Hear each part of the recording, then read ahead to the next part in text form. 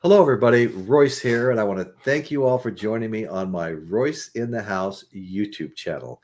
We're going to have a fun time tonight discussing the fate of rock and roll, where we're going from here, all of our aging rock gods. Who's going to replace them? I don't think anybody can replace them. That's my opinion. So we're going to talk about a lot of things, but also I think one thing that's kind of significant about this show is I've been listening to a lot of new bands. Okay, and I listened to a whole bunch of them over the last few days. I found some stuff I really, really liked, and I may have never discovered most of them if I hadn't been doing this show tonight. So I'm looking forward to that. Hi, Caitlin. Thanks for joining us. I'm going to give you a quick hi. And Caitlin is an old friend. We've been on other shows before. We go back, I don't know, at least 4.5 years. And so we've traveled through some shows together before. So anyway, tonight's topic is going to be, uh, you know, rock and roll bands, our aging rock and roll stars, who's going to replace them, what is the new music like, are we going to like it? And so we're just going to jump right into that. I'm going to start out by saying, you know, I don't know how much I am like everybody else, but once I get locked into music, sometimes I stay there for a very, very long time. And that's my classic rock, okay? I discovered Led Zeppelin when they first came out. 1969, Led Zeppelin 1 and 2 both came out. A year later, 3 came out. I was still in high school when Led Zeppelin 1, 2, and 3 came out. Then I think it jumped to 1975 for Led Zeppelin 4, okay? And there were some things about Led Zeppelin 4 that was a response to Led Zeppelin 3 because it was Led Zeppelin 3 when it came out in 1970 was hugely unpopular. Now, you'd never know it today because it's only like 7 times platinum. People look at you like you're crazy when you say that. But none of my friends liked it.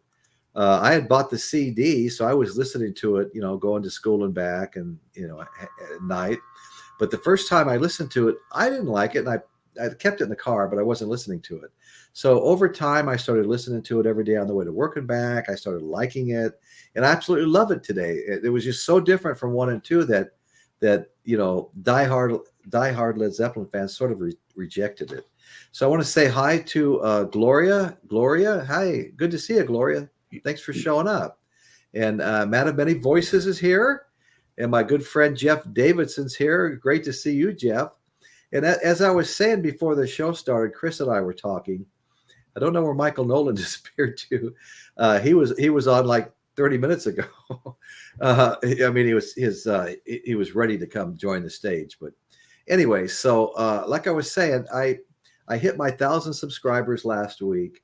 I want to thank everybody here for helping me. I really appreciate it.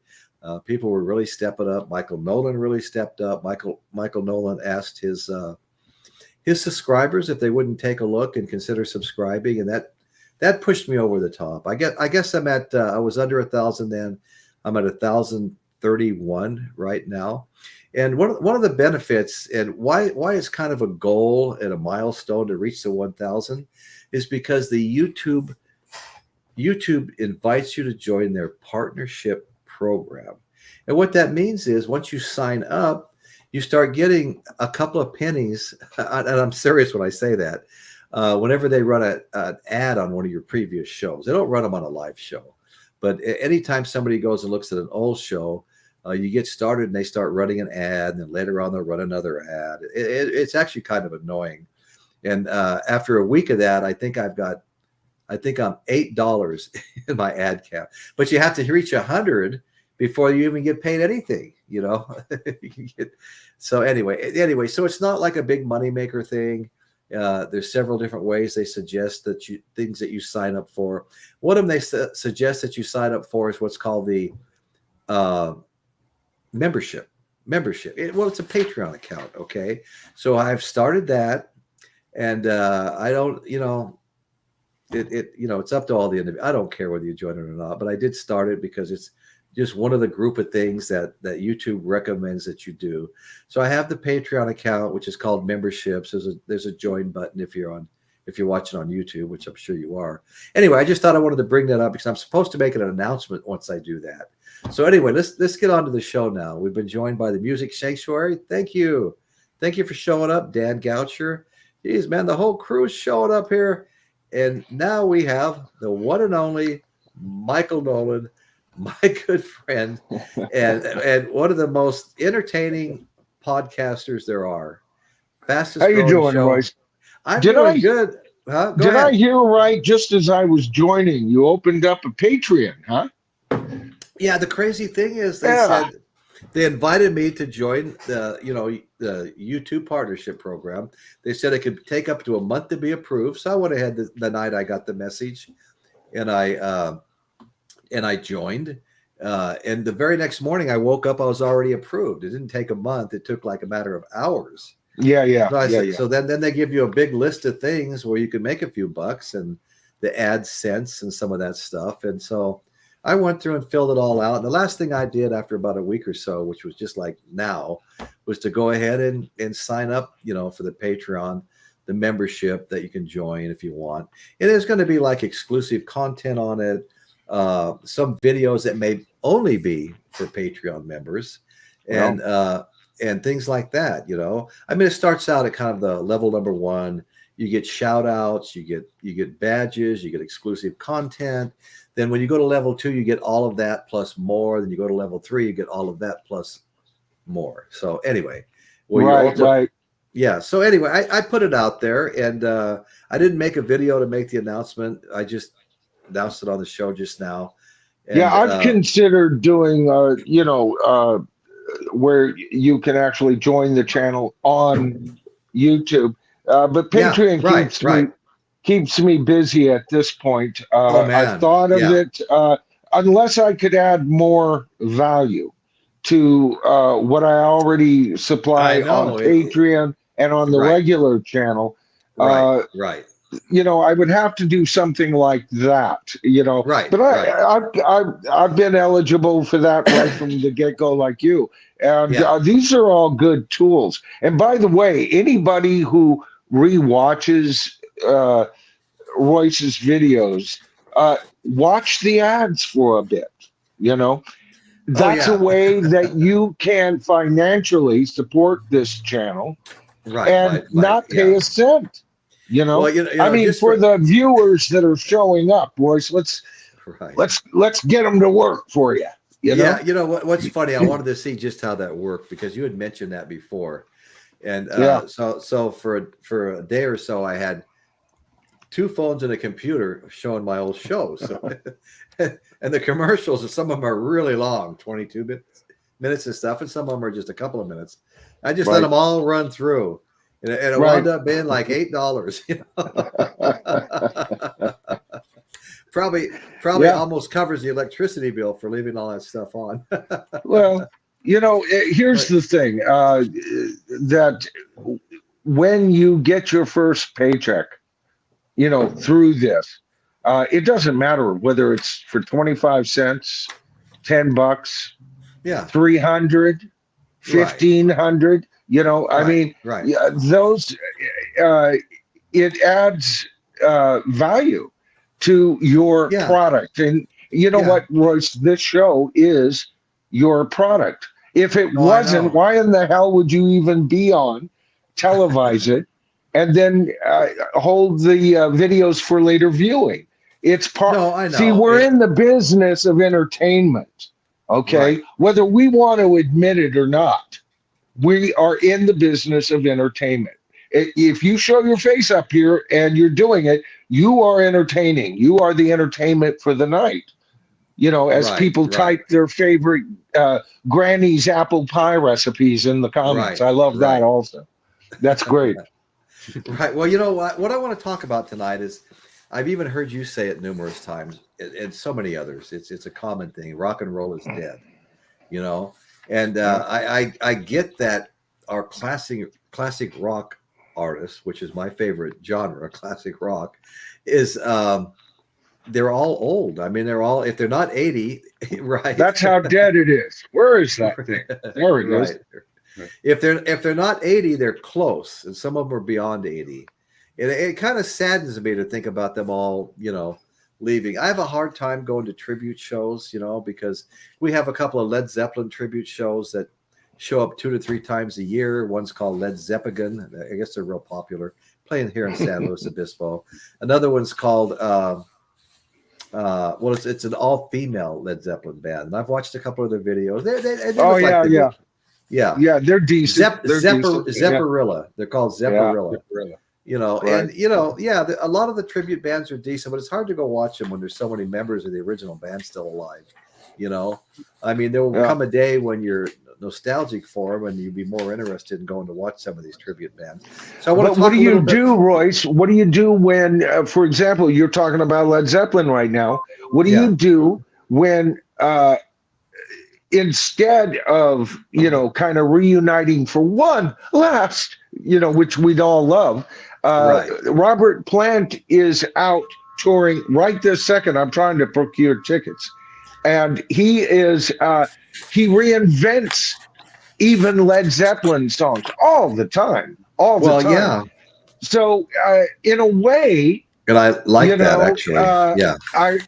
That to me is it's like we'd have to give that up, and that's current creativity and him looking into bold new directions. See, that sucker, he ain't ready for retirement yet. He is still creating brand new music. Michael, he's coming in a few months to Vina Robles Amphitheater, where I saw Jason Bonham's An Evening with Led Zeppelin, where I saw Alice Cooper a couple of years ago. I was really excited. Hey, it's one member of Led Zeppelin, the front man, my favorite front man. And then I hesitated for a couple of days, and I went to Betty. Goes, just get yourself one, and if there's more later, I'll get one too. And I go, no, let's get two. And so we're kind of like hashing it out. And I hesitated. I went online 3 days ago to check on the prices, and the cheapest tickets they had left were $450 a piece. And I said, well, and they said, and there's no guarantee it's going to be the price that's marked here, because some of these are resales, and there's some fees, So I thought it's $1,000. It's $1,000, to go see Robert Plant and Alison Krauss. Right. I was thinking like 300, 300 total. $1,000. That kind of kills it for me, to be honest with you. Yep. Because I mean, there are no. But here's the deal. Okay. Springsteen, who can't create any new music, is out there charging $8,000 a ticket. Oh my God. McCartney, even though he creates new music, he's still current. Right. It doesn't get to his fucking concerts, boys. So, and he's charging $5,000 a ticket. Foreigners charging $3,000 to $5,000 a ticket, and you don't even get any freaking original members anymore. Mick Jones is gone now. And I'm going to do a whole freaking expose video on this whole shit, because this works into these nominations from the Rock and Roll Hall of Fame. So take a look at those, and then you've got Robert Plant creating all the time, brand new. You never know exactly what he's going to show you. Right there, he's at the top of his fucking game. And what? Yeah. He's not worth $1,000. I don't know, man. He's worth $1,000 to me. I can't afford $1,000 to go see him. And I don't want to spend $1,000 to go see him either. And I'm also a firm advocate of keeping ticket prices down. The prices that I was looking at, I was thinking just for lawn admission, just to open my ears and listen to the motherfucker, and just go, and that was $123. Yeah. If it's about the music and you are careful, you can see or hear some great concerts still. Folks. It's absolutely fucking out of control, the prices now. I was shocked. I was shocked to think I'd spend $1,000 to go see the duo play. I'm just not going to do it. I call it protest or not even having the money to do it, whatever. But I mean, I'm not going to do it. I have other things that are more important. Hey, Dusty Spence, how you doing, Dusty?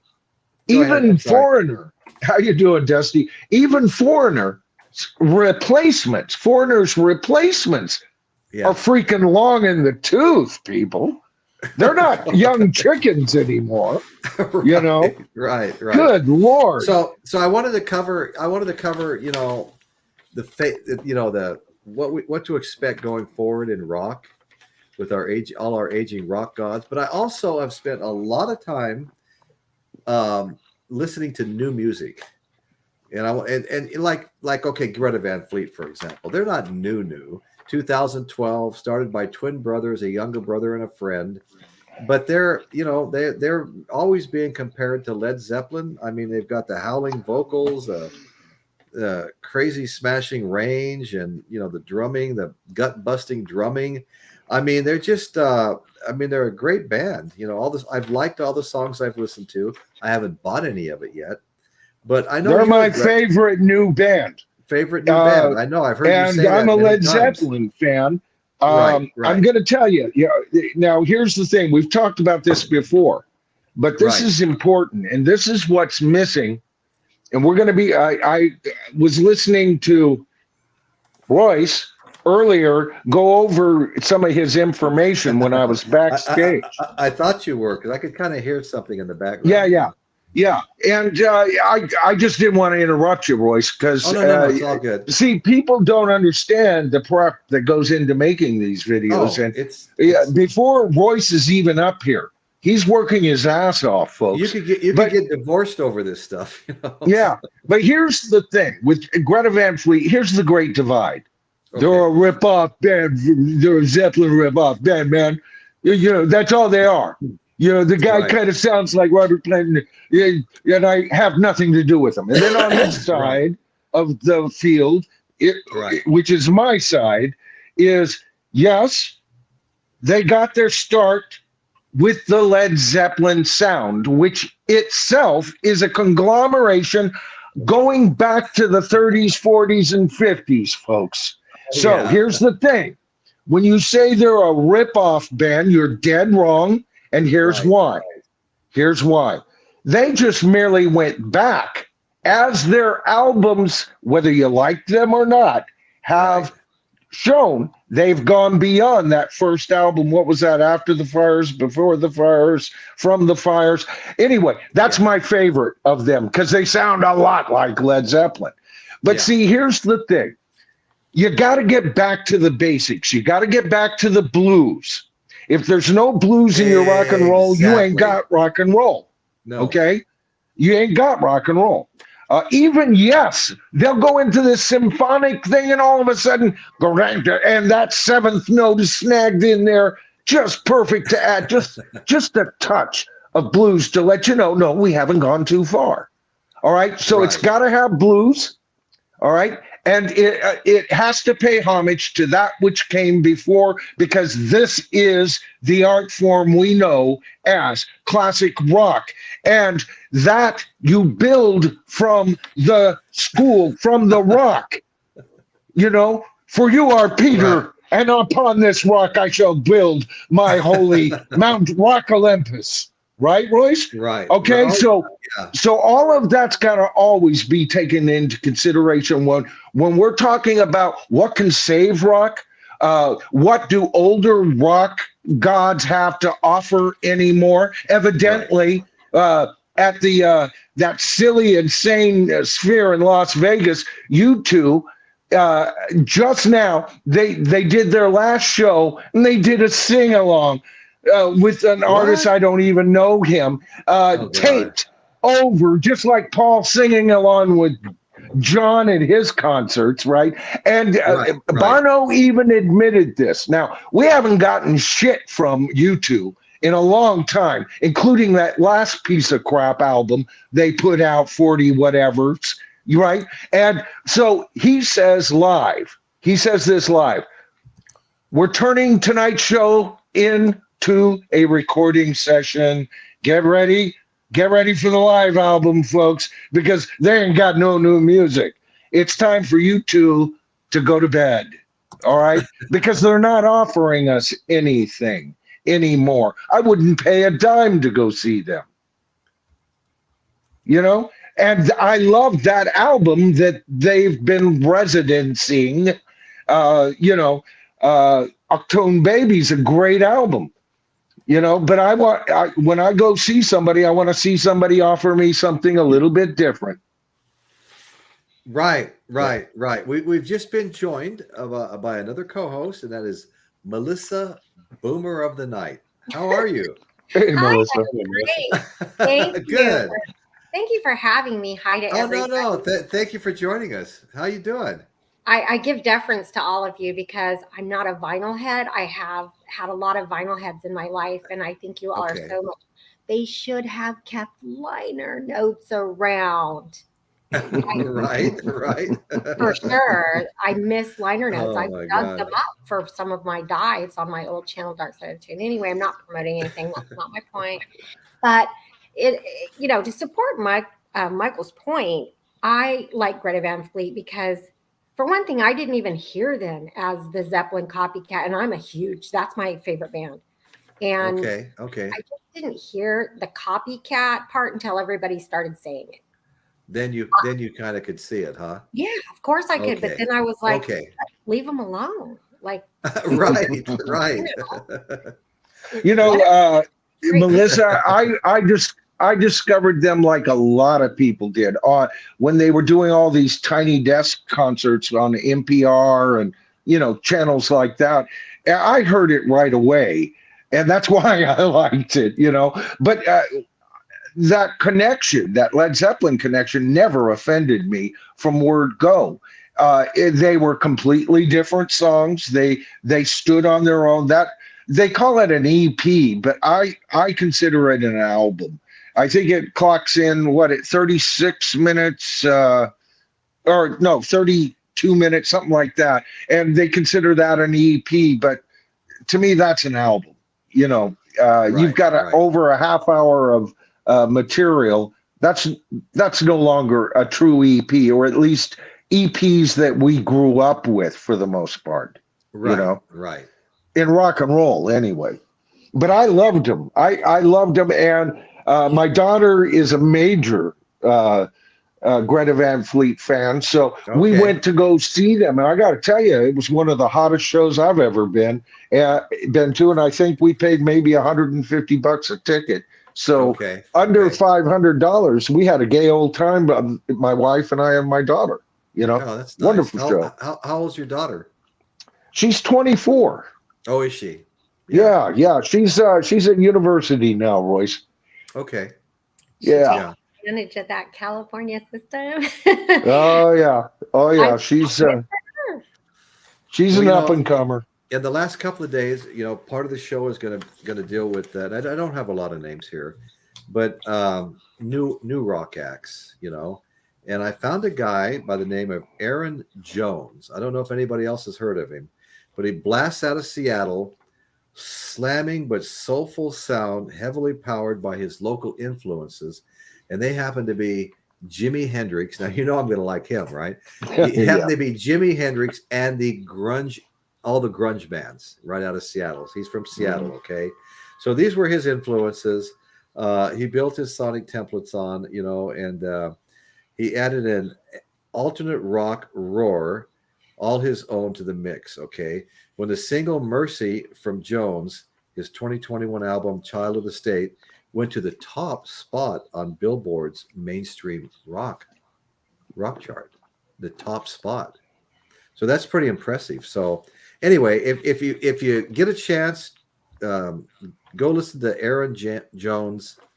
Aaron Jones. I really liked him. I have a tendency to sometimes get stuck in the past, or lost in the past. And I'm so happy with the music that I've listened to since the late 60s that sometimes I don't venture out unless something that's, we've had go ahead.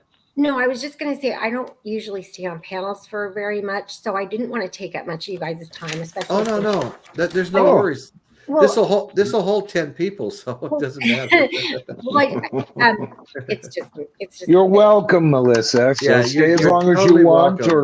Well, Well, I was just going to say some of the bands I wanted to bring up. Of course, these aren't newer bands, but they're within the last 15 years.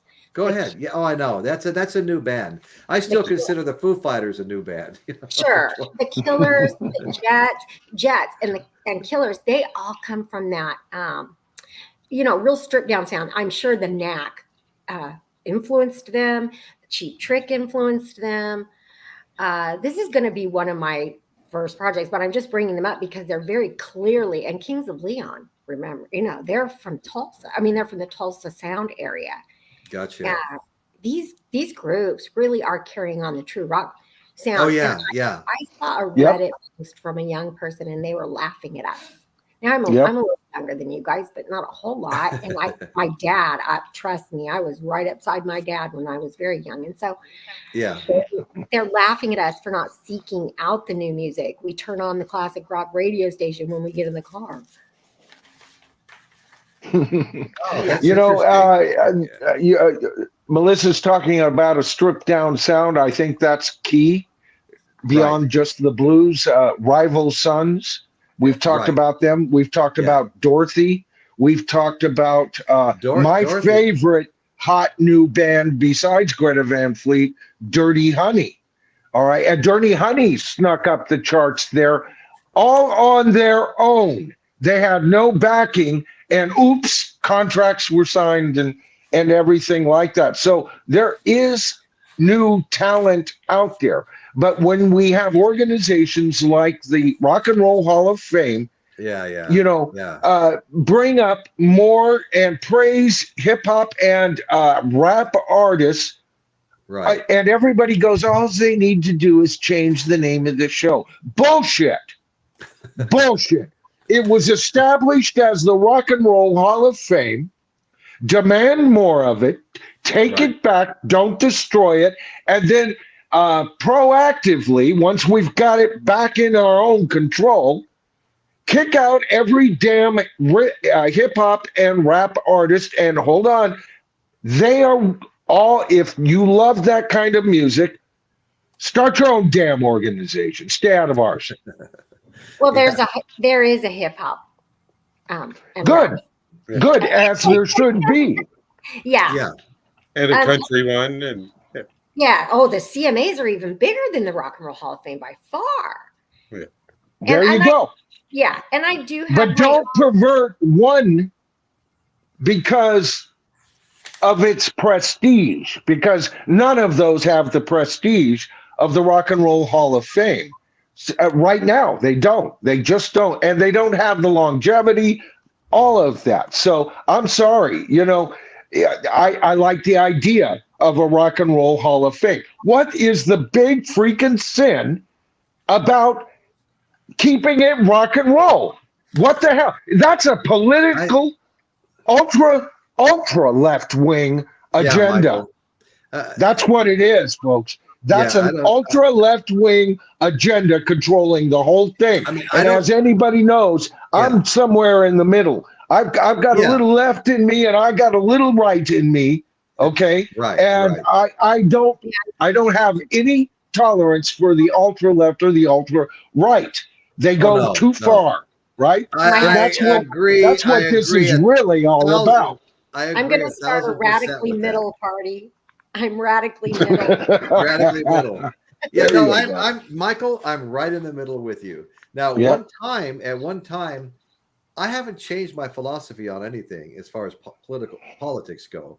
But during the Reagan era, I liked Ronald Reagan, and I was kind of Skirt. that era. What was that? That I've been Ronald very- Reagan era, I would have been 30 considered. years. I would have been considered far right. Now I'm almost a liberal with the same mentality because the far right has moved so far right. I mean, I can't. Well, here's the deal. I can't 20 even years relate- ago, I can't even relate to him anymore. 20 years ago, I identified myself as a moderate. People would talk to me and they would agree wholeheartedly that I was a moderate. And this is the way the world sings, folks. Here we are 20 years later, and I haven't changed much. The older you get, it's not that you get all befuddled and can't change. You get wiser. You get So right. settle down, children, and listen to one of your elders right now. All right? Because that's where it is. I talk now, and everybody thinks I'm an ultra right wing, kind of guy. Now I Right. haven't changed. All right. I'm real. There's one or two things. I'm very choosy about what I embrace anymore. No more fucking gurus for me, brother. No more. I'll be the guru. You listen to me once in a while. Okay, All you right. derailed this. So My I'm gonna turn. go. Okay, I'm gonna go there. You're the one that derailed this. I didn't derail it. All right. So here is my opinion. Like I said, Michael, my opinion of the Rock and Roll Hall of Fame and hip hop and rap in it. Okay, Okay. go for it. Since I believe the decision should be two things: influence and fan opinion, which translates Fan into opinion. commercial Right. success. Yeah. Right. Now, all those 70s bands who have been snubbed, who are clearly rock, I can't stand Oh, Rock yeah. or Kansas, but should they be in the Rock Hall of Fame? Of course they should. Of course. Should Yeah. Warner be in? Yes. Should Stick be in? Six be in? Yes. And I don't like any of those bands, but should they be in? Of course they should. Should any of the post 89 hip hop and rap artists be in? No, they shouldn't. The reason I believe some of the 80s hip hop and rap artists should be in, hear me out, is because some of the 90s bands, which will pretty soon after we get all the 70s and 80s classic rock in, some of those 90s bands were influenced by early hip hop and rap. Yeah. Rage That's Against the right. Machine. And what was the one I really, really like? Wake up. Why don't you put a little makeup? Somebody in the chat tell me. Who is that? Who is that? Who is that? Really great band. Okay, Hardcore- no. Okay, give us another hint. I know. Somebody in chat will know. Anyway, there's Chop Suey. The song's Chop Suey. Okay. Anyway, there are a lot of hard bands out there. I'm not talking about Limp Bizkit. Even Korn, which I never talk about them ever. I'm from Bakersfield, so I don't ever talk about Korn. But even Jonathan Davis and I have a personal problem with one another, and I mean that legitimately. But you guys have to understand, a lot of my family is younger than Korn, and so a lot of my family members were in bands that were feeder bands to Korn. So, but anyway, even Korn, they're going to eventually get into the Rock and Roll Hall of Fame. Not that I want that, but some of these harder bands were influenced by, what was early hip hop. No, I was just saying, I remember liking some of the Korn songs. You have a good day. No, I'm just kidding. I mean, no offense intended. No, of course, it has to do with personal opinion and whatever. I love Rage Against the Machine, and why can't I think of the band who made the song Chop Suey, whatever? But that's just my opinion. And Michael can have it. Yeah, everybody. Everybody's entitled to their own music opinion. Oh yeah, but a frog's a frog. Just remember that, and a dog's a dog, and if it walks like a duck and quacks like, back to the old common sense. That's all we have to do is just use some common sense and go. That ain't rock and roll. Yeah. Sorry, Melissa. Yeah. Sorry, Melissa. Not you, Melissa, but Missy Elliott. Sorry, Missy. But you're not rock and roll. I was going to say, you've been on my Facebook page and listening to my family or something. I mean, it's just, I feel like sometimes I'm a little kid going, but mommy, the emperor ain't got a stitch of clothing on. Oh, no. I was at the Rock and Roll Hall of Fame as well. And there was the Missy Elliott, her big poofy costumes were there from the early days. And I was like, oh, my God, that's so great. That's so cool. But did I ever think they'd put her in? No. Yeah. No. Yeah. Right. Well, and then you're also talking about another thing that you thought was a good idea, and I do too. The fans vote, but they don't count for shit. They do this big count vote. Who was the big vote winner that didn't even get nominated? Girls Just Want to Have Fun. Cyndi Lauper. Yeah, Cyndi Lauper from last year. What are you talking about, Michael? She didn't get in. No, she didn't. That's what I'm saying. But she was one of the number one or number two on the fan voting. I know. Okay, it doesn't count for shit. That's wrong. You know. Well, check out Michael Chavez's comment. You know, Beyonce's coming out with a country Oh album. God, I know. Beyonce ain't country. No, she is not country. No more than Dolly Parton's rock, although she's trying very hard to be with, playing with the Beatles. Not that hard. The Rock and Roll Hall of Fame? Existing. Michael, that one upsets me more. The Madonna is in the Rock and Roll. The Whitney is in the Rock and Roll Hall of Fame. Well, Madonna's rock and roll or pop rock, whatever. And not to me, but okay, not to me. She don't belong there. Well, what genre would you put her in? Madonna. Pop. She's pop. Okay. Or dance pop. She puts out one out of every 32 songs that might have some rock influence. Don't make her rock. Sorry. Pat Boone putting out a metal album doesn't make Pat Boone a rocker. Sorry, Pat. Royce, it took them until 2014 to put in Linda Ronstadt, the biggest rocker of the 70s. And yet, because Ben Fong Torres was best friends with Bonnie Raitt, they put her in 2000. Now, I love Bonnie Raitt, but why did they put Linda Ronstadt in 14 years? Oh, she should have been in 20 years before. Yeah. Yeah.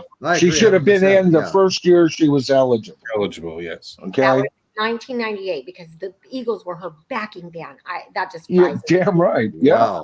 Wow. Yeah. Michael and I both have a winner for the Rock and Roll. I mean, they developed their sound, the Eagles sound, working with her, writing songs in the background. And then when they were ready to make their move, like a true icon who represents something beyond just making a buck, they said, well, we really want to do this band, but we don't want to leave you flat. She'd go do it. Go do it. She offered them. She was backing them there. She should be in the Rock and Roll Hall of Fame just for being a popular singer who did that alone. Right. Check out James Watson's statement. I have it up on the screen. Beyonce is from Texas. She's more country than this little Canadian boy will ever be. Oh yeah, from that great country album where she's wearing a 32-foot blonde wig, no appropriation there. Yeah, no appropriation whatsoever. I demand revenge. But anyway, and she's laying naked on a glass horse. Well, she's got a horse. Maybe that is cowboy. I'm good with that. Yeah. She and Jay-Z have had a lot of problems. He had a long-term affair. Becky with the good hair. That's all the lines they keep putting in there. Becky with the good hair, because Becky apparently had, I don't know, whatever. Fuck him for it. He should have kept it in his pants. They stayed together because of the corporation. The Henley Fry Corporation. That's why they stayed together. Well, the $1 billion. Oh, Lord. He's a billionaire now. Jay-Z's a billionaire. She is too. Yeah. I think they're independently billionaire, like each one. Oh, I didn't know she was independently a billionaire. Wow. I think they are each. Oh, yeah. Yeah, well, they're all more star than pop. I've never listened to a Beyonce album. I've never listened to a Beyonce song. I mean, it's just like foreign to me, and I've often wondered who listens to some of these artists, like have you ever I listened to that one album because I was going to do a video on it, and it was all, girl, she my homie, baby, and all of that, trying to sound like she's from the ghetto and she's some multi-millionairess living in the Riviera. Fucker, man. Good Lord. If I said I didn't listen Talk to me, girl. Ooh. I'd be lying if I said I didn't listen to hip hop. I listened to it like early 2000s hip hop. I listen to it to dance and clean, and I have fun. But I don't expect other people to. I have heard some good hip hop. I have to admit that. Okay, and I just ask them to color in the lines. Stay in your own yard. That's all. It's not like I'm trying to tear down these other art forms. They're art forms, all right? They're not my favorite. And that's why most of the time here on the show, we're talking about classic rock. People go, get over classic rock, man. Never, man. Never. You get over Never. it. Wow. Not me. I didn't know Not anybody me. said that. So Oh, nice. God, I get those kinds of comments on my channel all of the time. Man, you were living in the past. Okay, boomer. Okay, child.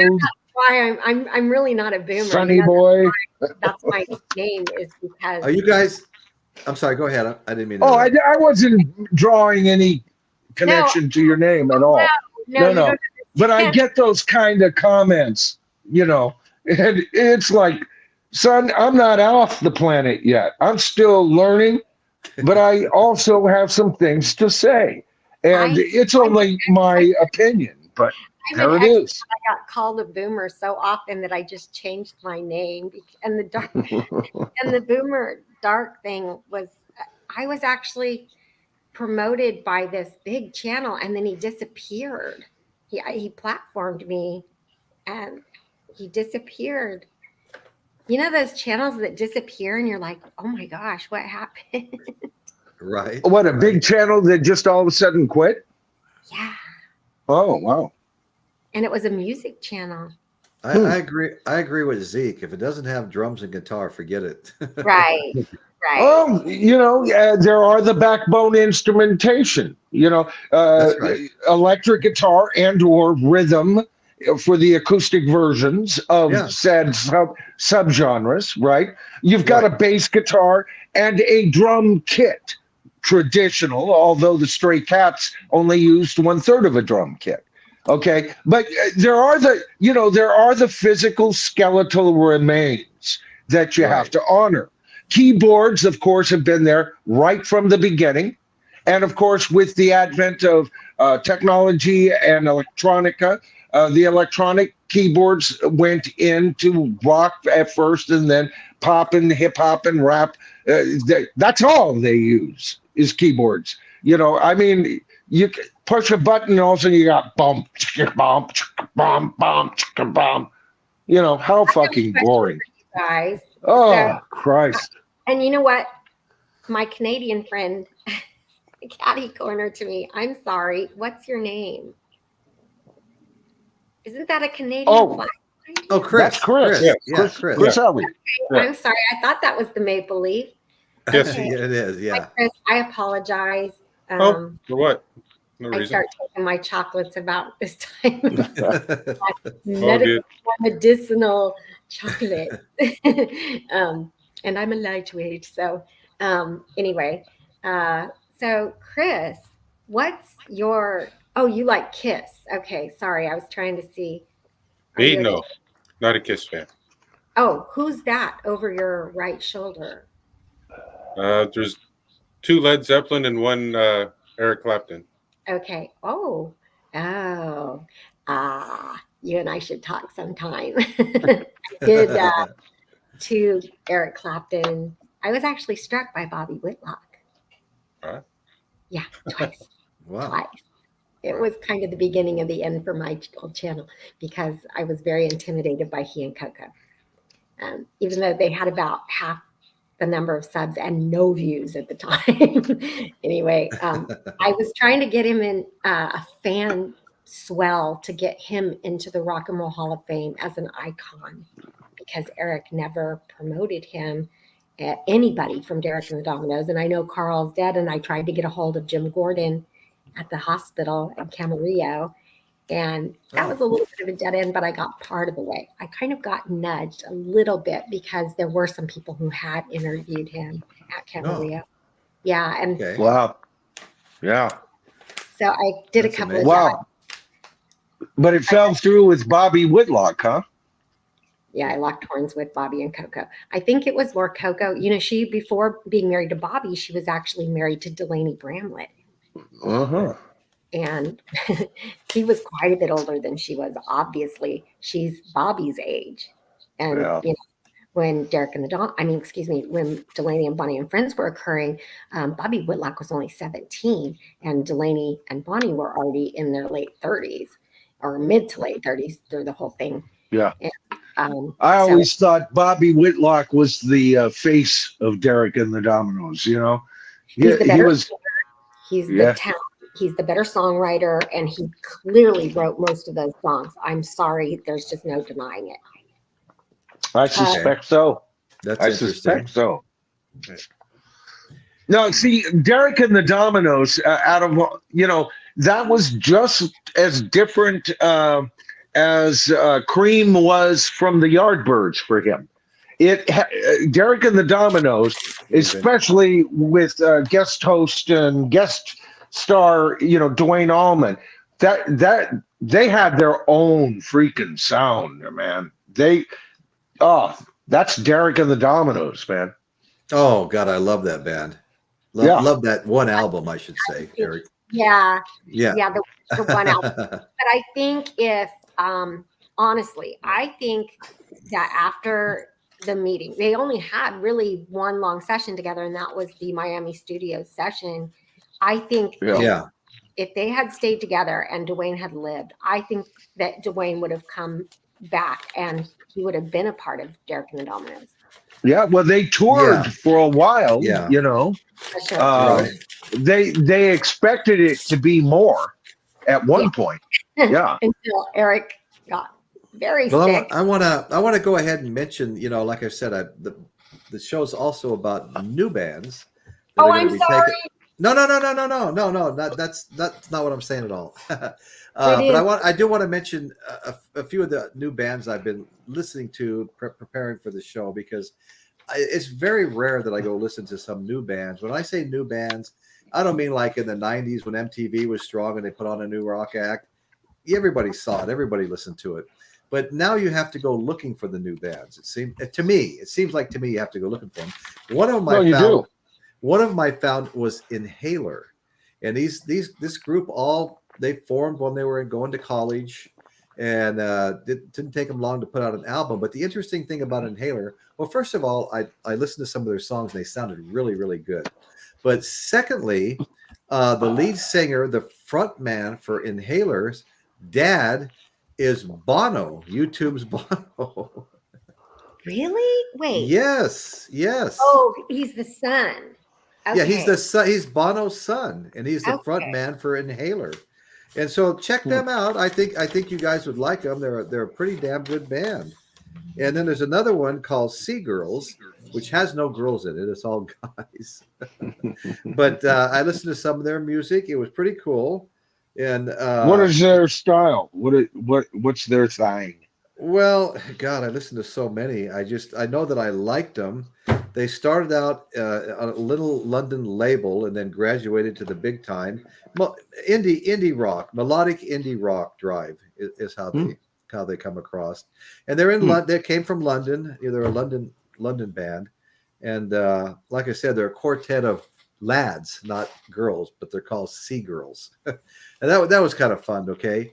Another one was the Interrupters. I don't know if anybody's heard of the Interrupters. No. They're the one I have heard of, the Interrupters, yes. Oh, okay. I'm not kidding. They're a new Los Angeles band. They make a compelling case for SoCal ska revival. And ska was developed in the 1950s in Jamaica and is a precursor to reggae music. Yeah. It's called ska. So they're kind of a ska punk band. And I really enjoyed listening to it. There were some cool songs, man. And that is the Interrupters. Another one was Broken Wit Rebels, wit spelled WITT. And they're from Birmingham. And of course, Birmingham always gets my attention. Robert Plant, John Bonham were from Birmingham. So were all of Black Sabbath. And those guys actually hung around together, I did my show on Black Sabbath and Led Zeppelin, the Lost Jam Session, where they jammed together. And that was a fun little pre-recorded show that I did. I think it's 18 minutes long. But that was a good one. Yeah, I also read through the memoirs of let's see, the bass player for Black Sabbath. God, for some reason I'm having a senior Geezer moment. Butler. I haven't gotten to that. Is that a good read? I haven't. Yeah, no, yet it is a read good it. reason. I mean, it takes you all the way back to how weird Ozzy was when he was in school and stuff. Yeah. And Iomi couldn't stand Ozzy, dating back to their school days. And anyway, there's a lot of just great stories in there. It's called Into the Void. Geezer Butler's Into the Void. Yeah, yeah, it's Wow. really interesting. When they started touring, I think Geezer Butler's bass had 3 strings, not 4, and they couldn't afford the 4th string. You know, and they started driving around in this van that had a big hole in the middle. They picked up some girls. One of them stepped through the hole and cut her leg all up, and they got out all pissed off. I mean, it's just craziness after craziness after craziness. But it's a lot of fun to read, though. I'll tell you that right now. And finally, somebody told him, "Listen, we got these clubs over here. They have a lineup, but every once in a while." The acts don't show up, so just hang out there. You'll get a chance to play, and they did that. And Jethro Tull was supposed to play one night, and they didn't show up. So Black Sabbath had gone in and told them, "Hey, we're ready if somebody doesn't show up." So they called him up on stage, and all of a sudden, Ian Anderson came in while they were playing, and this is where Geezer Butler was getting really nervous because Ian Anderson walked up to the stage and was staring at Iomi, and he just lost his guitar player. And Geezer goes, "Oh fuck, this doesn't look good." And so all of a sudden the show was over, and Ian Anderson came up to. Of course, Ian Anderson's the front man for Jethro Tull, front man, flute player. So he comes up and he says, "Hey guys, no, Tony Iommi, I want you to try out for the band." And they were getting ready to leave on an American tour. He was going to get paid like money like he's never seen before. And so he decides he'll go try out. And Geezer says, "You want some company?" And Iommi's like, "Well, sure, come along with me." He's like, "This isn't going to turn out well. I'm going to be back working at this as an accountant." He's just hating it. And they get over there, and Geezer's trying out. And there was something about his style that wasn't meshing with the band, right? And so he told him, he goes, "You know what? I'm not going to do this. I don't want to join your band." His mother was Tony Iommi's mother was really pissed off because he was going to make some real money touring with Jethro Tull, but he declined. And boy, Geezer Butler couldn't have been happier because he thought they were on their way, and he was going to they were going to lose out. They were going to be starting all over again without Iommi, because he was kind of the leader of the band, And so anyway, that's what I didn't want to get that far off track, but that was a fun. It's a good book to read. It's a fun book to read. Yeah, because the stories are all crazy. Ozzy was crazy. He'd walk around carrying some weird shit, dressed in a weird way, orange pants on. One of the legs got tore off. I think it got stitched back on in a different color he kept wearing. It was the only pair of pants he had. It was just. It's just unbelievable what those guys went through. The only thing I don't like about the rock books or the rock films that are based on rock books is when people tell the other guys secrets when that person's either dead or not ready for those secrets to come out. Jan Winter did that. Oh, okay. Yeah. He had slept with so many guys. He's gay. He has a husband with 2 kids.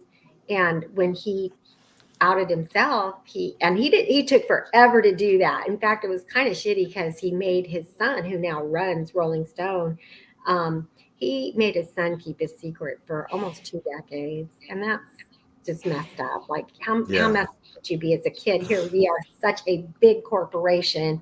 Right. Corporation, but you got to keep it a secret that daddy's gay. Wow, I'm queer, but it's not that bothers me. It's that, what in the heck are you doing to your kid? And then he told that he had. Hi, Johnny L. Hey, Johnny. Holy How you doing, brother? I'm telling you, I hate. Sorry to interrupt. Go ahead. I just hate Windows. All those people. Every time I'm gonna go, so I'll just say this on that thing. No, don't go. Everybody had sex with, and No, he told don't go on my behalf. he had done drugs with, and for Jan Winter to do that, he holds so much right. Oh yeah. I'm shocked that Jan Winter would do anything like that. Aren't you, Royce? Oh yeah, totally. I mean, everybody knows Jan Winter is a personal hero of mine. Stand up guy. Oh yeah, Michael's a big Winter fan. Yeah. Oh, I don't know how many yeah. I don't know how many shows you've done on him. All pissed off. He's a Oh. scumbucket, man. That man has been causing trouble in rock and roll since 1970. Okay? Yeah. 1970. In those infamous John Lennon interviews, his putting the kibosh on Paul McCartney's Ram album when the reviewer was going to give it a thumbs up. He said, no, give it a thumbs down. It ruined that album's sales. He is a piece of crap, that man. It took years for that album to recover, Michael.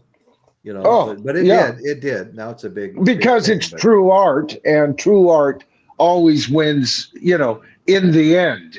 Right. Because it's true art offers new generations different aspects, different possibilities, and upon re-listening or re-observing, say, a painting or a movie, because these are art forms, when they achieve that kind of status, where even now, 40, 50 years later, I can listen to a Led Zeppelin album and get something brand new out of it.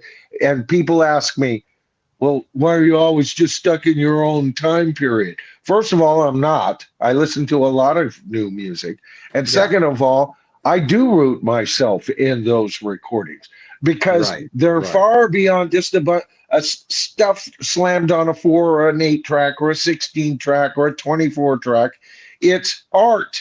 That's why I couldn't stand it when Roger Waters redid Dark Side of the Moon.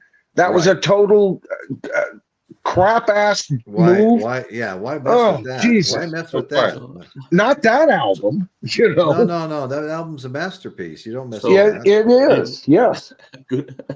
You know, Johnny, I want you to know, I saw your message saying Royce doesn't know I'm backstage. And I looked over here and your picture was below everybody else's. You could barely see like a quarter inch across the top of what I'm looking at now. And so I didn't even Have you been hanging out this whole time, Johnny? No, you know what? I just did an update with Windows. I'm starting to really dislike Windows because I had to reconnect my webcam again and reconfigure something or something, whatever. That's why I go Apple I was here every like time. 10 minutes or something like that trying to figure stuff out. I was upstairs watching the St. Valentine's Day Massacre, which I seen like about 5 times. But I was kind of watching that, and I thought I checked the time, and I was like, "Holy crap, Royce is on! What the hell?" So I came down here. This happened with the webcam, but I'm on now. So, but you know what? I was listening to Greta Van Fleet for the first time today, right? Which album? And the one with Heat Above or something. The one that sounds like sort of sounds like Led Zeppelin kind of thing. Right. That one. Okay. And are you talking about After the Fires? The album artwork. What did it look like? Okay. It's like a window, church window. It looks like. Oh, okay. Yeah. No, that's their. Is that their second album? Yeah. The Battle of Gardens Gate. Yeah. Yeah. Good album. I listened to it and I thought, holy crap, they're pretty good, you know. Yeah. You know what I mean? And yeah, they are pretty good. Because I heard so many negative things about them, people saying negative stuff about them, and I thought, holy crap. Now, they're not going to be no Led Zeppelin, beyond the shadow of a doubt, but he did sound like it did have a bit of a Led Zeppelin feel into that song. You know, I'm thinking, their future is not written yet, Johnny. I think they've got a fair shot at coming out of this whole mess as one of the major bands from their own era. You know, if they're smart about this, they've made some very uncomfortable moves with each album. For me, their latest album is kind of getting back to where I kind of liked, but they're dancing a fine line. But I'm trying to get myself to go along with the dance with them, because that might be the older guy in me that's going, no, don't go that far. So score's still out, but I'll tell you one thing: live, they're as good as their records, man. They're that good. But They're I'm good. hoping, like you said, I'm hoping that this band, they don't get, which is sometimes impossible in the business. Michael, you know that probably more than anybody, that you can get sucked into this ego crap and this and that, absolutely. right? Yep. And then it brings down the whole band, and the band's like gone the next year or something, like whatever. So I'm hoping they don't get, because they're pretty young still, right? Still learning probably. Well, So, they don't seem to fight like the Oasis boys. Yeah, They're three of them are brothers. The other's a best friend from way back. They're if they can keep their friendship, and brotherhood, because brothers can fight. We'll see. Yeah. Oh yeah. But it also absolutely. bodes well for them because nobody, there should be a brotherhood with bands. Right. Like back in the day, the Beatles, George could tell you how horrible Paul was, but don't you tell him how horrible Paul was. Right. Because that's a brothership. I can complain about Paul, but don't you? You're so Right. sexist, Michael. Damn it.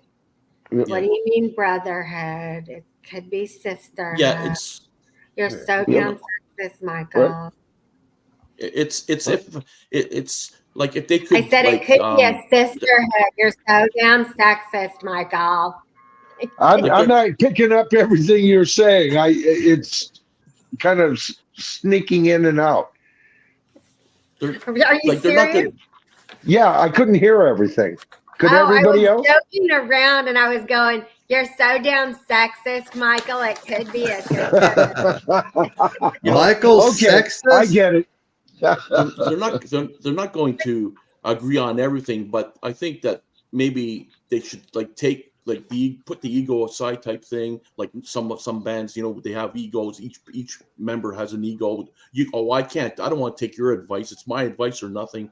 Stuff like that. If they can maybe put that kind of garbage aside, and they're not going to always agree on everything, but if they can put all that stuff aside, and I think they'll go places, because in a layman's perspective, I mean, I'm not like Michael with a lot of knowledge with bands and stuff, but you can still see stuff sometimes, right? And if they could do that, they're really good. I think they're really, really good. Yeah, and tickets are getting more expensive to see them. You can't escape that. You can't escape that. Yeah, you don't have to go.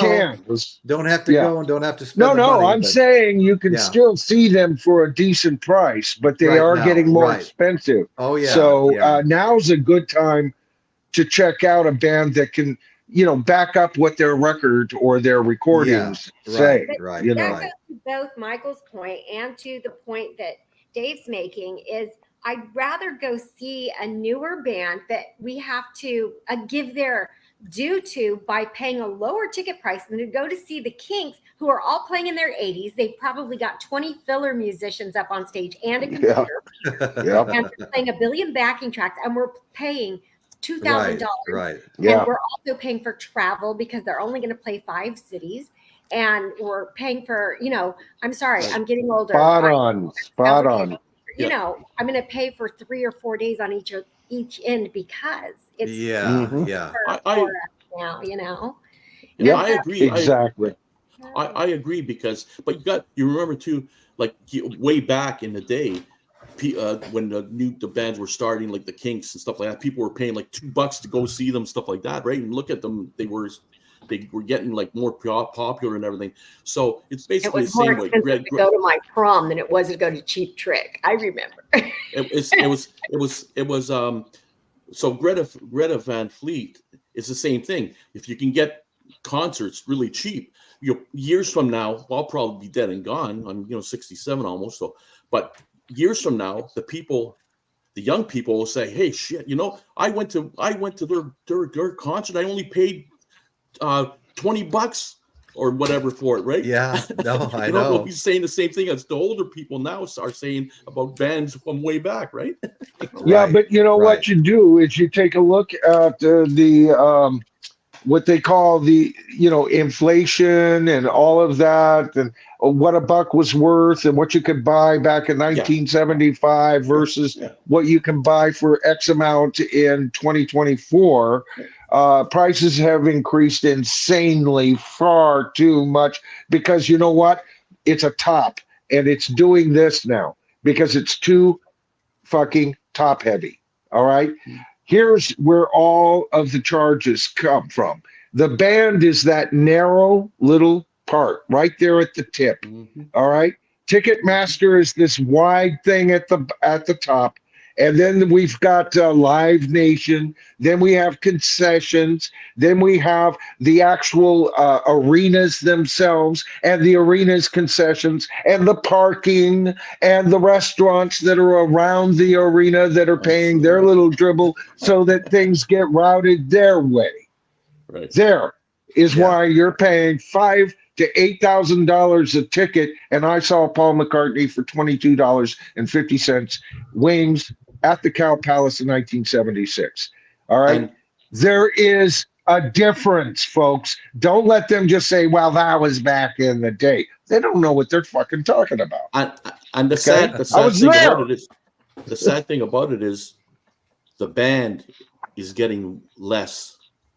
Everybody at the top is getting basically all the money, and the band's getting pretty much. Welcome to corporate America, because you know what's on top of that, Ticketmaster? The corporations that are controlling it all. It's the thing that's squishing the top. Okay. There's a lot of hands in the pot, definitely. Yo. You know what, And Chris? we're paying for every damn one of their jobs. No, that's exactly Not right. just for the band. We're paying for all those clowns. Right. I right? watch a lot of the bands on YouTube. Chris has a great point. And what frustrates me also goes to Michael's point, and that is that these YouTube bands, they'll get 10 million hits on a song. Okay, what's that kid's name? There is a kid that covered Tom's Diner by Suzanne Vega. And they're a German band, but this guy's voice, I've got to send you guys the link to it. This guy's voice was insane. And so now, but they only have covers right now. They don't have any originals. Okay, they got something like 10, 20 million views. They're not going to see much at all. That like a couple $100 they're only going to get, especially since it was a cover. Right. Right. They play their own instruments. I mean, these guys had a couple of horns. It was all organic instruments. There weren't computers on this. They won't see any. Yeah, send me that link over to my place, and I want to listen to it, because and the whole idea of streaming is killing artists anyway. I mean, the tip top artists make some change at it, but even they aren't making what they could have back in the day. If you think percentage wise, it's going to corporations, folks. Yes. And well, that's a lot of jobs. It's like we've discussed before. An artist, let's say the Rolling Stones, they would tour to support the album that was going to make them all their money. Okay? That's right. Now the album's not making them all their money. The tour is making them all their money. So it's just completely flipped, And for those who have like 5 or more albums, like the Stones and McCartney and everything, that works out really well, because they have so much stuff that they could change it up and never repeat themselves, which they don't seem to ever do. Isn't that weird? I mean, McCartney could present us. Oh my God, we've only heard a sliver of his music, and so there's what's happening, and so nobody has any inclination to make a new album. Now, here's the problem with that. That's got to be square on the artist. Where is your fucking muse? Where is your fucking will to create that got you into the business to begin with? You don't have it anymore, you say? Well, we're just ready to let you go. Well, you Right know, now. almost, I don't know if I'd call this a counterpoint to that, but when I saw Tom Petty in concert with Bob Dylan, and they both came out and played individually. Dylan came out first, Tom Petty came out, then they came out and played together. But one disappointment for me, and it's not a big complaint because I enjoyed it anyway. But Bob Dylan, I love Bob Dylan music. I love the old acoustic, how many roads, I love all the old acoustic music. He didn't play a single fucking old song. He came out with his white Stratocaster and played a bunch of stuff I'd never heard before. Now that was a disappointment, And I would yes, have loved it, but, he was supporting a new album. He was supporting a Yeah. new album, but I wanted to hear old Bob Dylan, at least a Yeah. few songs, See, to me, I'm up for anything new. That's why I really want to see Robert Plant. Anything new, Yeah, man. yeah. Hey, I want to see the hits too. I'm not against the hits, Right. but Mix it up. Have a little bit of both, well, yeah, unless they're touring a brand new album. I want to hear the whole fucking album. Leave the hits at home.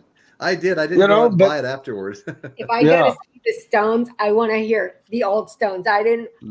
Steel Wheels tour drove me crazy. First off, they were terrible, and second, I saw them at the Coliseum. Yeah, I saw them twice. I saw the Exile on Main Street, 1972, Long Beach. I was living in Long Beach at the time, and then I saw, 1999, 97, 99. It was Beggar's Banquet, and that was a great concert too. They were both. But here's the ripoff. They've got one of their strongest albums, out now. Yes, I love that. I love Hackney Diamonds. So where's the Hackney Diamonds tour? They're doing this song, that song off of it, and then it's all the rest, Satisfaction and everything else. And Jumpin' I don't Jack mind Flash, add another 10 songs, their top 10 songs, but I want to hear Hackney Diamonds complete. Just like when I went to go see Jethro Tull, I got to see a fucking Passion play. All right, that's what I expect. They're like Biden. I mean, come on. But come on, man. Come on, man. Michael. No, to me, see, this is it's part of the art form. Okay, art needs to grow. It needs to continue to be fed. All right, and if we're not, when we have artists who aren't feeding the art form, I'm done with them myself. But the thing is, really, when you think of it, I mean, when people go to the Stones concert and everything, I mean, the majority, I would bet, are there to listen to Satisfaction, stuff like that. They're here to listen to the whole. I would say, just like they're there to hear "Cold as Ice" by Foreigner without a single original member. How boring! Jesus Christ! Don't turn you into a bunch Come on! And how many Stones are actually left? All right, 2. Don't tell me about Ron. I don't want to hear it. He's guitarist number 3. There's 2 fucking Stones left. Yeah. The Winery Dogs. Have you guys heard of the Winery Dogs? I know they're not new, and I also know they're a super group, but it's Richie Kotzen, who was always the first Chris Cornell. I loved Chris Cornell, but Richie Kotzen was there first. He sounds just like him. He's just as good looking as him, but he's a blues guy. So the Winery Dogs, you guys should check out. Mike Portnoy from Dream Theater is the drummer. He's the drummer. Oh, cool. Check it out. They did a cover of Elvin Bishop's Fooled Around and Fell in Love that's better than Elvin Bishop's Fooled Around and Fell in Love. Ooh, that's a tall order. I'm going to send it to you. Oh, that's if I made a video on the top 20 singles, and what I would rate them on is the sound of a record. Fool Around Fell in Love would be right in the top 10, just like Billie Jean by Michael Jackson. The whole sound, the way the bass is, everything, the mixing on that song, besides the fact that it's kind of a cool song to listen to, wow. So I'd like to hear that one. I'm a big Monster Cook fan, and so it always goes back to Jan Winter and Ben Juan Torres for me for what they Yeah. did So, to Dr. what was the name of that group you mentioned again? The name? the Winery Dogs. Winery Dogs? Yes, they're really good. DOG? As in DOG or DO? Yeah, like woof woof. Yeah, Mike, some people say DAWG. Sometimes they spell it, but it's DO. Okay, Yeah, I'll this check is that like out. they're our age. I mean, they're my age. They're in their 50s. Michael, you're being called out by Caitlin. Oh, You need to know that. Sorry, my eyes are bruised up from. well, he's one of a 3-pack. All right. And he's the third replacement behind Brian, which to me is my favorite incarnation of the Stones. My second favorite incarnation of the Stones, Caitlin, would be right around the Sticky Fingers era. Oh, Okay, yeah. so that's not Ronnie, right? I loved Ronnie in the Small Faces or in the Faces, whatever incarnation I he like was Ronnie. in. I like Okay. Ronnie. Faces, yeah. I mean, him and who am I saying? Keith are kind of the inventors of the cock rock haircut. You know, I loved it. I loved his look. I loved the fact that he's a get along, kind of guy, which is what they needed when he came in. Oh yeah. But he's my third favorite second guitarist of the Rolling Stones. Sorry. I love James's comment though. It's so funny though. Ronnie is the new guy. He only been in the band 50 years. I know. It's like, holy shit. How many bands? I'd love to be alive. I'd love to come back and see how many bands now you can say that 50 years and he's the new guy. Can you imagine? Yeah, right. The new guy. Only been in the band 50 years. He's so undeserving. Yeah. Hey, You can I gotta jump love in the here Stones. for a You moment? gotta love the Stones, man. I'm telling Yeah. you, they're amazing. Oh, they're definitely Well, on my. They're in my top 13 bands of all time. I just have incarnations of bands that I prefer. That's all. You guys should check out a concert if you've never seen it. It's really easy to find on YouTube, or you've probably already seen it. But it's is it it's AMPRS or whatever it was, the benefit for Ronnie Lane, and it has just everybody in it. But it's so perfect. The version of Layla that they do in that, and it's that super guy from oh my God, my brain. See, I need to go. Anyway, I'm usually really good at doing this. It's the guy who always does the percussion for all the big groups. Anyway. Oh, does that guy have he's got no hair and he always wears glasses? Oh my God, thank you. That guy you're talking about? Is that the guy you're talking about? I don't know his name, but I know he always plays in bands. He's a percussionist. Yeah, he's got no hair and he's got little round glasses. He looks like he kind of looks like the guy that it sounded right there, Johnny, like you were describing yourself, brother. Looks like the guy that was on I'm not like this kind of person. And he's got little round glasses, just like me. hey, Chris. Yes. Jump right in there. You had a comment to make a minute ago. Oh, sorry, I'm Chris. just fooling with you, brother. Just fooling. I know. I was just actually going to go back a little bit to the comment I put about the band. Leave those kids alone. They're an actual band. They've been touring around Michigan. They've been, I don't know, they're a local band. They started out, they're just kids, but they play music. They play cover songs. They started out just playing rock and roll cover songs, and they're he's the guitar player. I think he's only 18 right now, and he can play almost lick for lick with some of those little guitar players and whatever. And he's just a kid now. He's got the drummer. She just turned 14, and she keeps wow. These guys are going to be awesome if they stay together. Their lead singer, he just turned 21. He quit and he went on his own, but it's going to be great, man. They just had a couple of they streamed a couple of their concerts from a small little festival just last night. 3 sets. Yeah. But they're not just I don't mean to say they are, but Melissa, we were mentioning a YouTube group.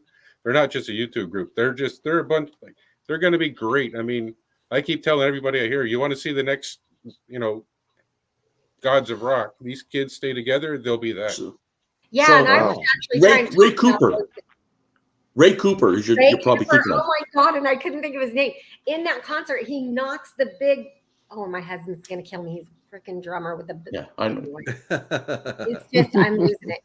Okay, Chris, and that's actually what I was trying to say is there are a lot of bands like yours, the one you're talking about, that aren't the YouTube pop people that make like FLS Studio, DAW sounds and that covers. I'm talking about the group you're talking about that are actually real bands that have almost no choice at this point because nobody's signing them to put their music, their actual real music on YouTube.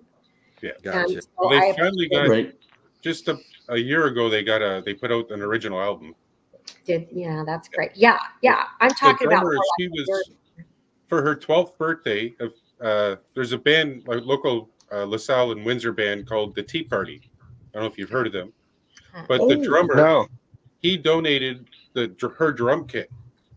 Oh, Like wow. he just like she needed a drum kit, a new one, so he bought her a whole new drum kit, whatever. Wow. Cool. Like, even these local artists are investing in these kids. They're going to be that good. They're going to be amazing. I've heard of the Tea Party before. I've heard about them. Yeah, I've heard them. Yeah. Well, living in Ontario like you, Chris, I think I've heard about the Tea Party. Yeah. Yeah, the band that covered Tom's Diner, they're an actual band, and they do tons of shows where they're from. Nobody had heard them in the United States until they covered Tom's Diner, but they're a live group. They're not a YouTube thing either. Well, these guys, they do like even a few months back, they had a street festival, and they set up on the street festival and played there. They had during COVID, they were playing in front of they'd go to a neighborhood, somebody's big garage, they'd set up in front of their garage and just play to the neighborhood and whatever. Just keep getting exposure and playing. And that's amazing. Sounds like my younger brother. Hey, you're talking my first 10 years in the business. Yeah. Any ground that had access to electricity, I'd set up and put out the hat, played every junior high, played every high school, played every junior college, every university, every bar, every block party, fair, whatever, to make money. Right. Did you sing vocals on a classical track? Michael, hello. What's that again? Did you sing vocals on a classical track? Nope. Okay. There's another Michael Nolan. I was looking at some of your music. Yeah, I've got a few demos that I've done out on my channel. Okay. I write anything from like heavy rock to acoustic ballads. I was influenced by the Beatles. And, of course, heavier Led Zeppelin. I did a stint in that. I was even in a power trio called Mantas, if you can imagine that, for a while. But, eventually I just settled down to handle bass guitar in the band or acoustic guitar in a duo, which was my last gig. You should have really been around in the 90s. It was so much funner because any indie label, in other words, any guy with $500, they would sign you in hopes of selling you to a major. And then you'd watch all these other bands you're playing with make it huge and you wouldn't. It was so much funner then. Yeah, it was. It was, to me, just playing and finding people who enjoy your music is like the answer to it all. If you can make a few bucks on it, bonus. I know. I'm kidding because, of course, it was for the enjoyment of the music. But then people start getting in your head in a weird way. Yeah. Yeah, it does. It fucks with you. It totally fucks with you. That's kind of the description of almost every band I've ever been in is then ego gets in the way, it gets in your head, and you know what I'm saying? Oh, yeah. It's not even always your fault. I never wanted to be the person that sat down at a table in the front of the Roxy and sign autographs, but they told me I had to. And they told the boys to unload and load, and all kinds of weird shit. There's a video that No Doubt, and we opened for No Doubt several times. It was before Tragic Kingdom got big, and there was a video for them where they show her doing all this stuff, and they're getting the boys away from her. And holy hell, is that so true? And our management team was their management team, and it was also Hull's management team, and they fucked with us so bad with that. Like, Courtney. Yeah, Lou Mars, who used to be on this show, has talked a lot of those horror. A lot of horror stories just like that. Yeah. Well, who doesn't agree with the music sanctuary here? For a guy that's in his 80s, Jagger still has the pipes. Hackney Diamond sounds great for a bunch of old guys. It sounds fantastic. I couldn't agree with you more. Me neither. I love that album. I think it's fantastic. Now, is it Sticky Fingers? No. But it's like in I'd say in their top third of albums, maybe at the bottom of that, but that's a great album, folks. I would agree with that assessment, Michael. I would agree with that. I even like the damn album cover that got so much stuff, I thought, it's kind of refreshing. Yeah. Yeah, that was great. I'm going to go because I think I'm getting too high and getting off track. So those edibles hit you so much later than other stuff. Right, thank you so much for having me. Good night. Okay, we'll see you. Thank you. Nice to see you. Melissa. Night. Okay. Bye. Night. Take care. Hey, Groovy Lisa. Been a crazy night. Left something accidentally at market. And I haven't any idea what she's talking about as far as edibles. Now, where did I put those Mrs. Toad's cookies? You want me to show you some? Hey, Johnny, you got that? Johnny, you got that alternate cover, didn't you? Yeah, the ones with this is the one. Yeah, the bouquet cover. Yeah, I remember that. Johnny getting that with the eyes and I thought because this is kind of their hallmark or thing, the tongue and the lip thing. That's why I got it basically. Yeah, that's their logo. Yeah. Logo, right? Kind of thing, right? Yeah. Well, James Watson's on mushrooms. That's cool. But Michael, I heard one of your songs. It was made for Kimberly. You sang it for Kimberly. I heard that one. Yeah. That song. That was a good song. That is a good song. Oh, thank you. It was a good song. Yes, it was. Yeah. But you should, Michael. I wish I don't know on your if I may have missed it or something on your channel. Do you have any kind of like tracks that we can like maybe put in our I have. You can go to my playlist. I've got Michael's originals there. Because I know I've also one, go on over. I think I made it public on Patreon. I've got a small suite that I put together.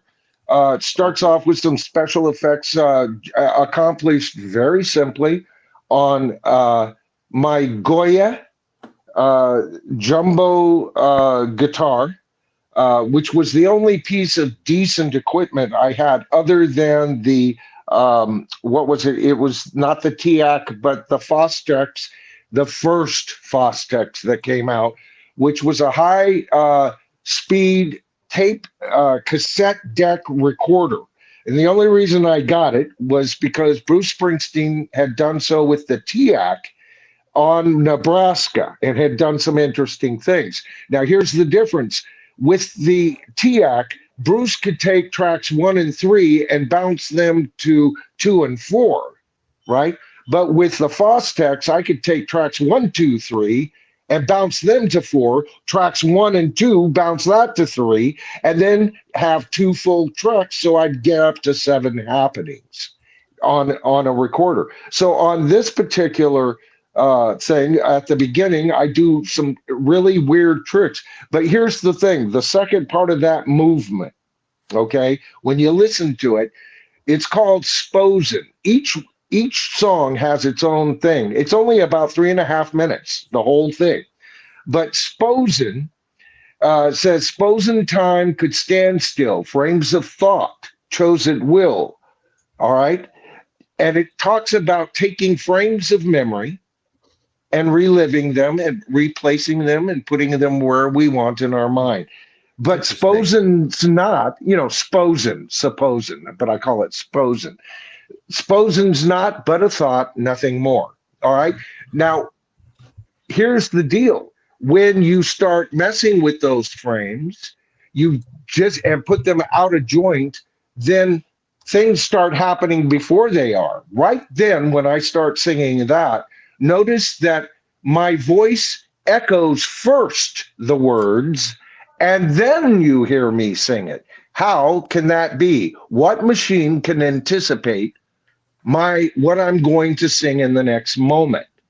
There is no machine to do that. That's an old 4-track recorder trick. All I did is take my voice, the lead vocal on track 1, I traded that, flipped it up, and then on the out on that recorder, I put it through an echo device and recorded it to 1 backwards. So it played backwards with a forward echo. When you flip it over, it now becomes a backwards echo with a forward voice. I learned that from the Beatles. I learned that from Jeff Emmerich. So, Royce, when you go back to my thing and re-listen to that, because I know you didn't know this. And no, then it blends into the song Scrimshaw. The old man smiles as he walks the shore. He's run aground, won't sail no more. But etched in ivory, a whale's jaw, are tales on old Scrimshaw. Okay? That's so if you want to know how I think and how I write, go over to my Patreon. I think it's free for everybody there. I've thought of bringing it over to the channel here proper. I may do that yet. Yeah, that'd be cool. But it's just a basic recording that I did with such you'll hear the bass line is doing some very trippy shit on the third part of that.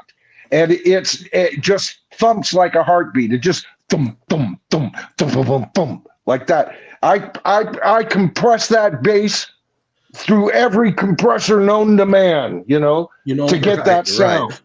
Right. Hey, guys, I wanted to point one thing out. Did you guys see what the Music Sanctuary put up? He's currently recording a documentary on Crosby, Stills, Nash & Young. I love that band called 50 by 4. He's looking forward to watching this later. Yeah, no, that's way cool. I love that band, man. You talk about harmony and just great songwriting. Throw it my way, Sanctuary, and let me know when it's out. I want to know all about it. Michael. Sanctuary's on from my channel as well, Royce. So cool. You really confused this old fart when you started talking and trying to explain the echo stuff. You lost me back where the echo. Well, here's the thing. It just gets down to this, Johnny. What is an echo? You yell in a canyon and then you hear your voice a millisecond later, right? Okay. Yeah. Now, how can you get a backwards echo? In other words, how is it physically possible for the echo to come first before you've even said anything? And yet I accomplished just really that on this track. Listen to it and you'll hear that my echo comes first before I actually sing. And that's an old Jeff Emmerich trick. So basically what you're trying to say is you sang it and then I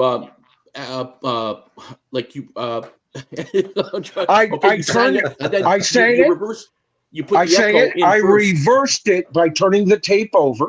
Now you have me going, yep, is it? Right? And then I through the outs and the sends, as I bounce that track, which was 1, which is now 4, back to 1, because that's now unusable. All right, you now have me going, you hear the forward echo of a backwards voice. Now I take that tape and I turn it back over again, Johnny. And now you have a backwards echo that precedes what you actually sing. A physical impossibility, but accomplished on tape. I love that trick. Okay, I love that trick. Dan, I think I caught up, Dan. I think I did. I understand it. I think Thank you. Johnny's got it down. And now your minds can melt. Michael, let me ask you a question. Have you ever used an Echoplex playing the electric guitar? Oh yeah. Oh yeah, it's love like it. a little tape machine. A friend of mine brought one over one night. Here's something. It's in all my videos, but no one's ever seen it. This is now a collector's piece. It's got dust on it, but I love this device, the boomerang. Okay. And what you've got is different tracks. You can, set in a rhythm. This is one of the originals, folks. This is a dinosaur and very sought after. Gotcha. All right. This is the original one. And you can do all kinds of tricks, because I was going to do an acoustic, looping gig when I was still with Area 51, right? And so this and about 4 other devices kind of worked in on that. But I talk about good old rock and roll, but I'm totally into any technology to turn it. And see, this is what we're not doing anymore. You're dialing up writers. We talked about this. I know everybody's going, oh, here he goes again. Oh, Mildred, he's going on the dial up writers routine. But it's true. Everybody's inputting special effects. They don't even work for them anymore, Johnny.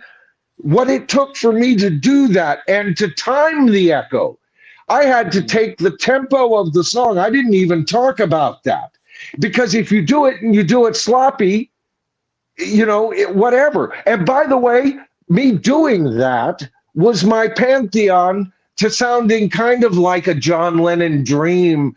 The dream is, love is in it, Norge, when he's doing all of that.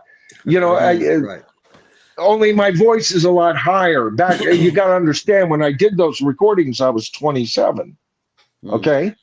But they're there on my Patreon. It's just a good example of where I could go with a simple little 4-track, and raising twin babies and a 2-year-old daughter at the time. Basically nowadays, I guess what you're saying is you put back then they put a lot of work into doing this stuff. But nowadays they just have to push a few buttons and it's all electronically done. It's no really manual labor put into it. Well, we talked a bit about this last week. There was a time where even the first example that I can think of off the hand of sampling were the Beatles. So, and yet I seem to be talking against it. Let me explain what I'm talking about. Even when they sampled, they did it very tastefully. They went for Yellow Submarine. They went and they needed, Paul had written into this section of the song a break in the period where he envisioned some sort of horn thing going along with it. They didn't want to pay for the orchestra. They were crunched for time, didn't write, a score for it. So George Martin and Jeff Emmerich went into the Abbey Road history tapes. They've got an entire library of sound effects, things like that, recordings, like recordings of crickets in a field at night. They could go get anything they wanted, much like you can kind of do that in studios today. But when they did get that, they got it and they cut that tape up, threw it in the air. They had to do this twice because they reassembled it and it came back almost identical. So they did it a second time. And so when you hear that on Yellow Submarine, that's gibberish created in a genius way by the Beatles. Okay. So that's fine. All of that's fine. But here's what's not happening in today's music.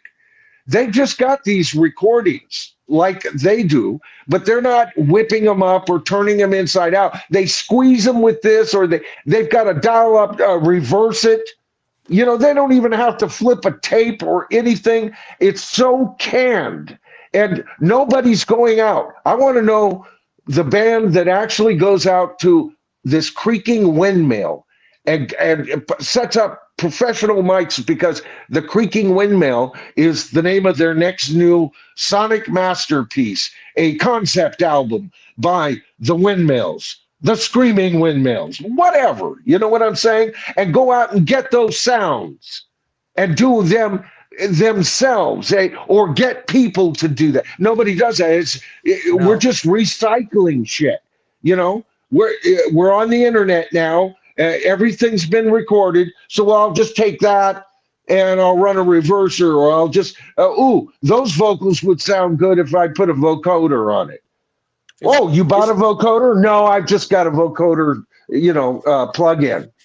Isn't number 9, like number 9 on the White Album, like that kind of thing, where they yes, exactly. You hear number 9, exactly. Mumbo jumbo. Yes, exactly. Right. But now notice how John, it's not one of my favorite Beatle tracks, but I do listen to it, I'd say once a year. I just to kind of get into the groove of it and everything. I even endured listening to that sucker backwards on the Canadian Stud Muffins channel, right? We were having fun with that. I got a couple of things here. Okay, we're going to be signing off pretty soon. We've gone 30-40 minutes longer than. I don't think there is a normal anymore, but 34 minutes. Shame on you, Royce. Longer. You're such a. But I just want to ask everybody to please hit the thumbs up, like button. It encourages the algorithm to put my show in front of people that are searching for content. If I have a lot of thumbs up, then I get more opportunities to reach new people. I have 2 or 3 times more non-subscribers than I have subscribers watching my show. I just want to ask everybody to please, if you haven't subscribed, if you haven't subscribed, please go ahead and subscribe. It doesn't cost anything. You can watch 311 videos now across many playlists, not just music, but there's some on tours of famous places and, construction how-tos and real estate things. But the focus is pretty much on music. But there are some other things to watch. Some of the bigger shows have to do with construction, actually, with the most views. So anyway, I want to thank everybody. Thank everybody for being here. Thank everybody for supporting me, pushing me over the top on the 1,000 subscribers. I'm now at 1,000. Congratulations, Royce. Thank deserved. You, Michael. And Michael, I got deserved. 131 now. And you've given me credit. The day before I put out my encouragement on my channel, Johnny was over on Rachel's Ghost giving you one hell of a thumbs up on one of her streams and encouraging it. I didn't kudos. I didn't hear that. Kudos, Johnny. Yes. Matter of fact, I think it was either the stream or the second stream after he was on your show with us the last time. So he got right to it. He beat me to the punch. Johnny, I really appreciate that. Rachel's show has been very helpful too. She goes out of her way to try to help everybody. Yep. And anyway, I remember going on her show one time. The very first time I ever went on her show, she invited me as a co-host. I left and I went home and I turned my computer on. I checked and I had 26 new subscribers from that one appearance. Of course, it was new. When I look at her chat now, it's like I'm subbed to everybody on there. Yeah. But anyway, there's a lot of people. Everybody kind of comes together to help you out, and I do the same thing. I'll be watching someone's show and I'll see somebody I don't know and I'll hit their icon and it'll give you an option to go to their channel and you just quickly you're at their channel. And if I'm not subscribed, I'll go ahead and hit it. I'm really happy. I'm really happy I found you, Royce, because Thank you, Johnny. I'm happy you found me too. I'm happy I found you. I've really enjoyed you. By the way. No, Michael, but Royce, don't forget Michael. Michael's Royce, we're really happy. Yeah, we're really happy. You. Right, Johnny? I mean, we're really happy, Johnny. I know I am. What about you, Chris? Are you really happy? Oh, I've never been so happy since I slammed my hand at the door last time. I know I'm happy. I'm ecstatic. No, Royce, there's a reason why we like to be up Thank here. you, Chris. You're such a good guy. I just love you. Yeah. Love you too, brother. Yeah, oh yeah. Like Thanks, Rachel, guys. Rachel would say, "Me am love." Yeah. Yeah, we love you. Royce. Somehow that would All turn right. into Thanks, something guys. weird with me, so I'm not even going to attempt that. Damn middle finger just always seems to get in the way with me. Good night, Dr. Rick. Thanks for showing up, Dr. Rick, Really appreciate it. hey, a big shout out to anybody who was in the chat tonight. Yeah, I don't see right. unless Royce brings it up, and and sometimes I don't even see those because we're right in the middle of something and I can't divert my attention, But I always appreciate all you guys. That's one thing. When Michael starts, you can't interrupt anything. He's a note. He's like, I know. I've got to get better. I'm trying. If you watch the whole long video, it's when I share these videos on my channel is where I get into trouble because I do have to put a portion where I'm involved in the conversation or nobody on my channel is going to watch it, Don't change anything, Michael. No, don't change anything. I watched the sometimes last one I'll have like my latest one. Chris is on it, but he didn't have anything to say during that time. So it was no diss to Chris, because I think 2 or 3 videos before that, he's saying something and Johnny didn't say anything during that segment. I can't, all I can do is look for the conversation. I look for the story within the story. And usually there's 2 or 3 that we cover. And I try to go, what would kind of draw attention to his channel? And that's how I do it, Yeah. Sure. Right. I know one guys, go ahead, Chris. Go ahead. I'm just going to say to cap off what you guys are saying is one thing I like about you guys and the reason I started watching your videos and now I have the honor of joining you on this panel is the fact that you guys are straight up. Yeah, if it's bullshit, you call it bullshit. If you like it, you like it. And if you don't like it, you still give it a fair shake. And that's right. Yeah. And that's all you can do, be fair-minded. It gets down to the old moral code. Don't sleep with your best friend's woman. Don't steal my car because I hang horse thieves. Kind of just basic, just commonsensical, good cowboy stoicism or whatever. I don't know if that's even the right word, but be worth your word, mean what you say, say what you mean, but be open to changing your mind at any moment because you never know when life or art will teach you a new lesson. That's exactly right. It's like Chris said, we're just straight up, we try to tell it like it is or how we feel like it is, whatever. Yeah. And the thing is that you're not, if you're saying something ridiculous, like sometimes I most likely probably say ridiculous things because sometimes I'm not really well versed in stuff, right? But I know that here, even Rachel's channel, like places like that, I know that you're not gonna. I'm not going to be ridiculed, right? There's no judgment. No judgment. Like it's like Johnny, we're friends here. Yeah, that's part of the tribe. Yeah, part of the tribe. That's right. That's right. Yeah, you got to give the other guy respect and say what's on your mind. And if somebody needs corrected, correct them. I've been corrected so many times on this show. It's ridiculous. I get corrected a lot. I get corrected a lot at home. anyway, I want to. Yeah, I can hear my wife right now correcting me. I want to thank everybody that joined us tonight. I really appreciate. I love the chat. So many people come in and they're interacting amongst themselves. We try to get their comments up on the screen and interact when we can. And I just thank you all so much for all the support. I'm glad you guys are enjoying the show. And I want to thank all my co-hosts tonight, Chris, Johnny, Michael. Thank you guys so much for coming in and helping me. And we're going to sign off now. And that's what's going on in Royce's World today. Thank you all so much for being here. Night all.